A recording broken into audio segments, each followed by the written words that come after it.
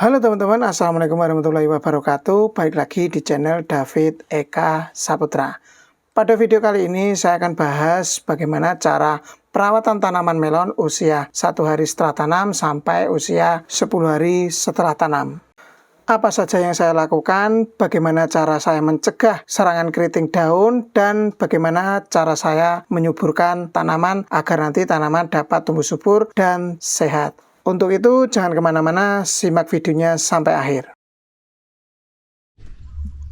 Hari pertama setelah tanam seperti ini ya. Ini untuk daun sejatinya sudah mulai muncul yang di tengah ini. Ini sudah mulai membesar juga. Seperti ini pada hari pertama. Di hari pertama setelah tanam ini bisa dilihat ya, ini tanahnya sudah mulai kering. Padahal kemarin baru saja dilakukan penanaman atau penyiraman dan penggenangan pada lahan, tapi dalam waktu 1 hari saja sudah kering lagi. Dan kalau sudah kering seperti ini ya jangan ditunggu lama-lama ya, besok harus dilakukan penyiraman. Hari ini hari kedua setelah tanam ya teman-teman. Pada hari ini saya akan melakukan penyiraman pada tanamannya. Karena tadi saya lihat beberapa tanah itu mulai kering, jadi harus dilakukan penyiraman. Pada usia yang masih sangat kecil ini, 1-2 hari ini harus benar-benar diperhatikan kelembapan atau keadaan tanahnya. Jadi semakin basah tanah maka semakin baik, tapi tidak boleh tergenang pada paritnya. Jadi untuk pengairannya harus disiram seperti ini dan setelah itu dibuang airnya. Jadi pada hari pertama kedua ini kita lakukan penyiraman ya, dan setelah ada yang mati kita tandai seperti ini. Nah ini kita tandai dengan lumpur, jadi nanti biar kelihatan setelah penyiraman baru disulami. Ini yang mati kita sulami ya. Ini nanti biar jaraknya enggak terlalu panjang dengan tanaman yang sebelumnya. Jadi penyulamannya dilakukan pada hari pertama, kedua, dan ketiga. Seperti ini. Oke, lanjut kita cari lagi. Nah, ini sudah ada yang ditandai seperti ini. Nah ini tandanya ada lumpur di atas musanya. Ini ada yang mati, kita sulami lagi. Nah ini benihnya sudah dikupas ya, ada yang sudah dikupas, plastik polybagnya ada yang belum. Kalau sudah dikupas tinggal masukkan seperti ini. Untuk penyulaman sebaiknya dilakukan mulai hari pertama setelah tanam sampai hari ke-5 setelah tanam. Setelah itu apabila ada yang mati mulai hari ke-6 setelah tanam, sudah biarkan saja karena tidak memungkinkan lagi mengejar pertumbuhan tanaman yang baru dengan yang lama. Jadi untuk penyulaman sebaiknya dilakukan pada hari pertama sampai hari ke-5 setelah tanam. Hari ke-4 setelah tanam.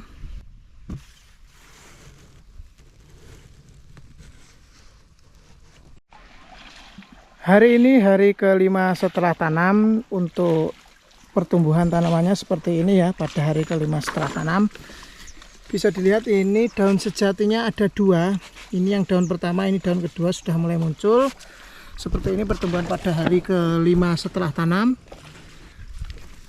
Nah pada hari ke-5 setelah tanam ini yang kita lakukan yaitu penyiraman pada tanamannya. Nah untuk penyiraman itu dilakukan dilihat pada kondisi tanahnya ya. Kalau tanahnya sudah kering ya harus segera disiram.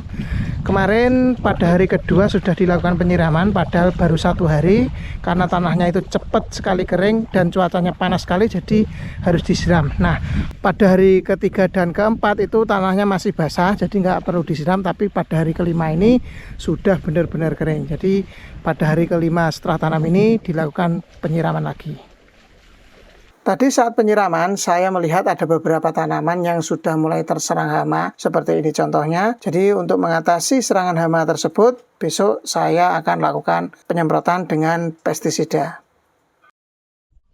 Hari ini hari ke-6 setelah tanam. Untuk pertumbuhan pada hari ke-6 setelah tanam seperti ini ya. Untuk daun pertama dan daun kedua sudah mulai membesar. Dan pada hari ke-6 setelah tanam ini saya akan melakukan penyemprotan pestisida. Untuk penyemprotannya ini pestisida yang saya pakai. Untuk pestisidanya biasanya saya pakai insek dan fungi saja. Yang pertama saya pakai fungi. Kalau masih kecil, tanaman usia 1-30 hari, biasanya saya pakai fungi Propinep atau Antrakol, merek dagangnya. Nah ini saya pakai biasanya 2-4 gram per liter. Kalau saya biasanya per tangkinya 2 sendok makan penuh seperti ini. Nah ini 2 sendok makan penuh seperti ini untuk satu tangki semprot kapasitas 16-18 liter air. Nah untuk funginya saya tidak pernah pakai fungi neko-neko atau fungi-fungi yang lain, cukup Propinep atau Antrakol. Karena Antrakol ini mengandung zinc sehingga nanti efeknya akan selain mencegah jamur bisa untuk menghijaukan daun pada tanaman. Dan untuk inseknya biasanya saya pakai 2 bahan aktif. Yang pertama yaitu Abamectin. Biasanya saya pakai Demolis atau teman-teman bisa pakai merek yang lain ya. Yang penting bahan aktifnya Abamectin. Untuk insek yang kedua saya pakai Imidacloprid, bisa pakai Avidor, Convidor atau Bestvidor seperti ini. Nah untuk inseknya jangan dipakai dua-duanya ya. Cukup bergantian antara Abamectin dengan Imidacloprid. Nah untuk penyemprotan kali ini saya pakai Abamectin, untuk penyemprotan selanjutnya saya pakai Imidacloprid. Dan seterusnya bergantian antara Abamectin dengan Imidacloprid. Untuk dosis Abamectin ini saya pakai biasanya 0,5 sampai 1 mili per liter. Nah teman-teman, agar nanti tanamannya bagus, sehat dan tidak over untuk pemakaian pestisidanya, teman-teman harus lihat pada kemasan ya. Jangan melebihi dosis yang tertera atau anjuran dari yang ada di kemasan, karena nanti bisa selain membuat resisten terhadap hama, bisa juga merusak tanaman saat pemakaian pestisidanya. Jadi saran saya harus sesuai anjuran atau dosis yang tertera pada kemasan. Untuk pencampuran pestisida yang pertama yang saya masukkan yaitu Antrakolnya yang berbentuk tepung. Setelah itu saya masukkan Demolis atau Abamectinnya. Jadi untuk pencampuran pestisida agar nanti dapat tercampur merata dan bahan aktif dapat bekerja dengan baik, yang perlu diperhatikan saat pengoplosan atau pencampurannya. Yang pertama dimasukkan harus berbahan tepung lebih dahulu, kemudian yang kedua baru dimasukkan berbahan cairan kental. Dan kalau ada pestisida yang cairan encer baru dimasukkan yang paling akhir. Untuk penyemprotannya caranya seperti ini ya, jadi disemprotkan merata pada seluruh bagian tanaman. Karena tanaman ini masih usia 6 hari setelah tanam, jadi nggak memungkinkan kalau kita semprot dari bawah. Jadi solusi yang terbaik yaitu semprotkan merata pada seluruh bagian tanaman seperti ini contohnya.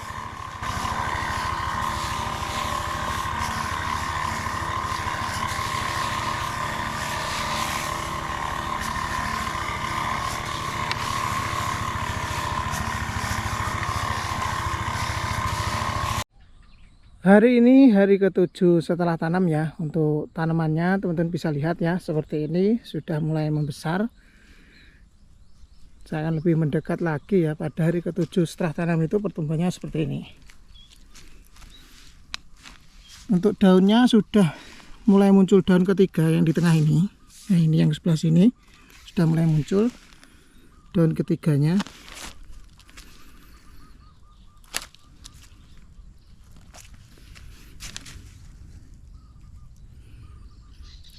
Dan pada hari ke-7 ini saya akan melakukan pemupukan untuk pupuk yang pertama kalinya. Seperti biasanya ya, biasanya saya lakukan pemupukan susulan untuk yang pertama kalinya pada hari ke-7 setelah tanam. Maksimal bisa dilakukan pada hari ke-10 itu untuk pemupukan yang pertama. Dan untuk pupuknya saya pakai KNO 3 merah. KNO 3 merah dan pupuk Ultradap. Nah untuk pemupukan teman-teman bisa pakai pupuk NPK 16 yang ada kandungan pupuk mikronya atau pupuk KNO 3 merah, terserah ya teman-teman. Biasanya kalau tanaman sudah subur seperti ini saya biasanya pakai KNO 3 merah. Nah apabila tanamannya kurang subur, untuk pertumbuhannya sedikit terlambat atau kerdil atau bahkan banyak yang tidak normal atau tanamannya sakit, teman-teman bisa pakai pupuk yang lebih lengkap lagi yaitu pupuk NPK 16 ditambah dengan pupuk mikro.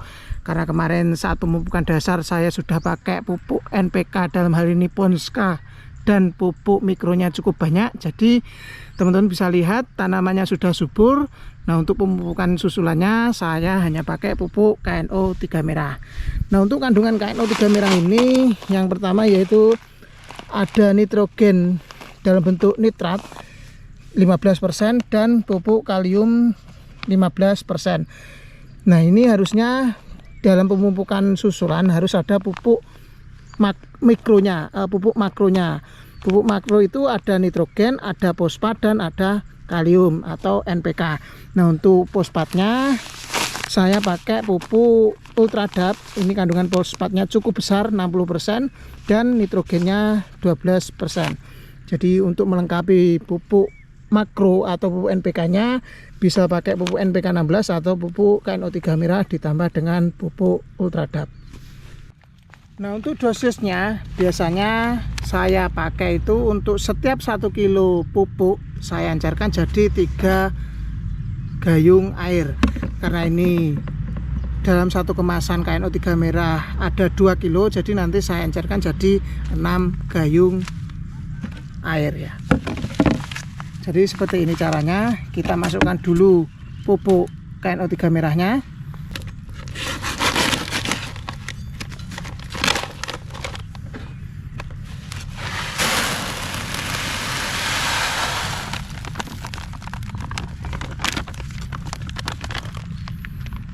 Kemudian kita encerkan 6 gayung air.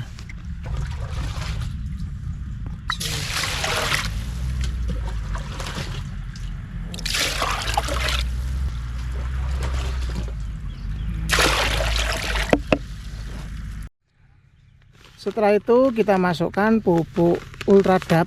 Ini untuk perbandingannya setiap 2 kilo KNO saya pakai 1 kilo Ultradap. Jadi 2:1 ya, 2 kilo KNO 3 merah dan 1 kilo Ultradap. Kemudian kita aduk-aduk sampai rata.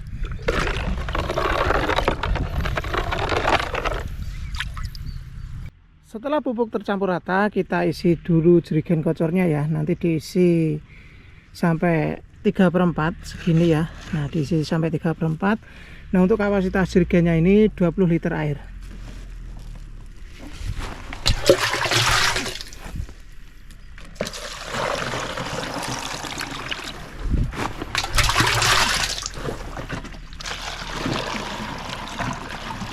Nah, ini sudah terisi ya 3/4 dari kapasitas tangki jerigennya.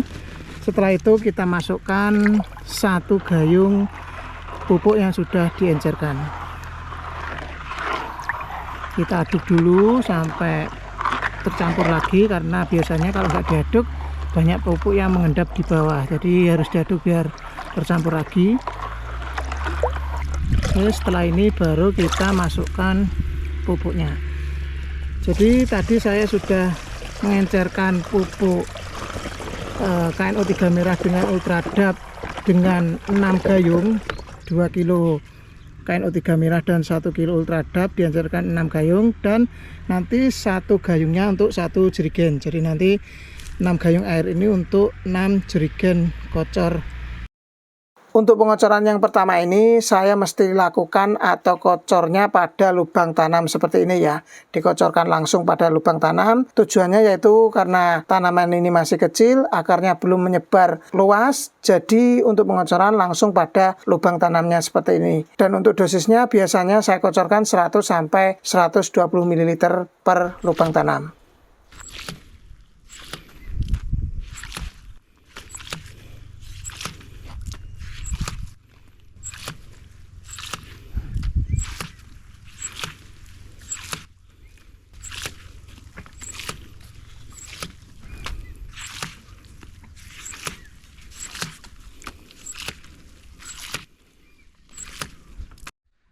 Hari ini hari ke-8 setelah tanam. Untuk pertumbuhan tanamannya seperti ini ya. Sudah muncul daun ketiga yang di tengah ini, dan insya Allah daun keempat sudah mulai muncul juga. Ini masih kecil ini. Pada hari ke-8 ini kita akan melakukan penyiraman lagi. Kalau kemarin di hari ke-7 kita melakukan pemupukan atau pengocoran yang pertama kalinya, hari ini hari ke-8 kita melakukan penyiraman lagi. Jadi untuk penyiramannya, karena saat ini cuacanya kemarau dan panas sekali ya, cepat kering sekali untuk lahannya, jadi kita lakukan penyiraman setiap 2 hari sekali. Untuk penyiraman kemarin dijadwal pada hari kedua, hari keempat, keenam, dan sekarang ini hari ke-8. Selain ini jadwalnya penyiraman, karena kemarin sudah dipupuk, jadi di atas tanah ini masih ada sisa-sisa pupuk ya, sisa-sisa pupuk, jadi harus disiram biar nanti sisa-sisanya masuk ke dalam tanah. Jadi biar nanti uap dari pupuknya tidak kena daun, tidak memicu pertumbuhan jamur, jadi harus disiram sampai bersih ya. Seperti ini pertumbuhan pada hari ke-8. Untuk cara penyiramannya seperti ini ya, kita siramkan pada lubang tanamnya 2-3 gayung ya, seperti ini, merata. Nah, untuk penyiramannya dilakukan pada pagi hari atau sore hari. Nah, setelah penyiraman air nanti akan dibuang ya sampai habis, jangan sampai ada airnya menggenang di parit, karena nanti untuk menjaga kelembapannya juga.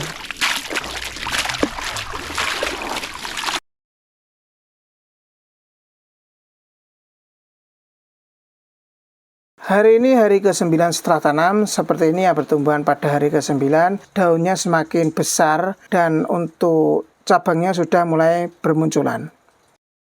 Pada hari ke-9 setelah tanam ini, saya masih menemukan ada beberapa tanaman yang masih terserang hama seperti ini ya. Daunnya berlubang seperti ini. Dan kalau sudah seperti ini, besok harus dilakukan penyemprotan dengan pestisida lagi. Hari ini hari ke-10 setelah tanam. Untuk pertumbuhan pada hari ke-10 setelah tanam seperti ini ya pertumbuhannya. Nah, ini daunnya sudah berjumlah 4 daun dan mulai muncul daun kelima. Untuk tunasnya sudah mulai bermunculan, ini tunasnya. Ini tunas yang pertama. Seperti ini pertumbuhan pada hari ke-10. Dan untuk perlakuan pada hari ke-10 setelah tanam ini, saya akan melakukan penyemprotan pestisida lagi. Nah, untuk pestisidanya saya pakai ini. Yang pertama seperti biasa ya, saya pakai Antrakol, ini 2 sendok makan per tangki. Dan yang kedua saya pakai inseknya Imidacloprid. Bisa pakai Avidor, Confidor, atau merek dagang yang lainnya. Nah, untuk dosis dari Imidacloprid ini cukup 1 sendok makan per tangki. Jadi bergantian ya antara Abamectin dengan Imidacloprid. Kalau kemarin penyemprotan pertama pada hari ke-5 saya pakai Abamectin, sekarang penyemprotan kedua pada hari ke-10 saya pakai Imidacloprid. Dan untuk pestisida yang lain saya pakai perekat ya, ini pakai perekat, dosisnya 2 tutup per tangki. Untuk penyemprotan pada hari ke-10 setelah tanam ini masih sama caranya, yaitu disemprotkan pada seluruh bagian tanaman seperti ini contohnya. Seperti ini caranya.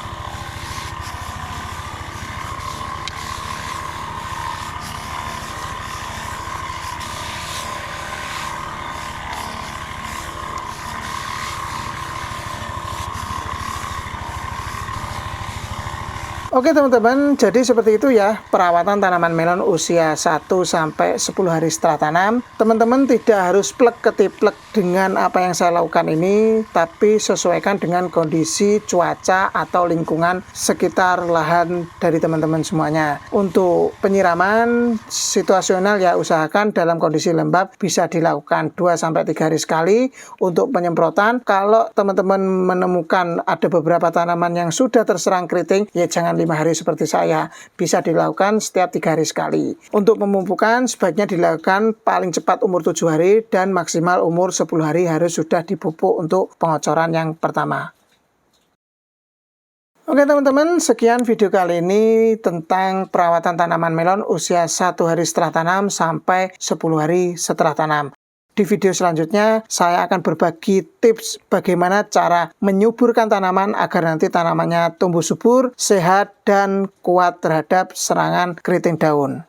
Tapi sebelum menutup video ini, yang belum subscribe, saya mohon subscribe lebih dahulu. Dan apabila ada pertanyaan, silahkan tulis di kolom komentar. Oke, sekian dari saya. Assalamualaikum warahmatullahi wabarakatuh. Salam petani Indonesia.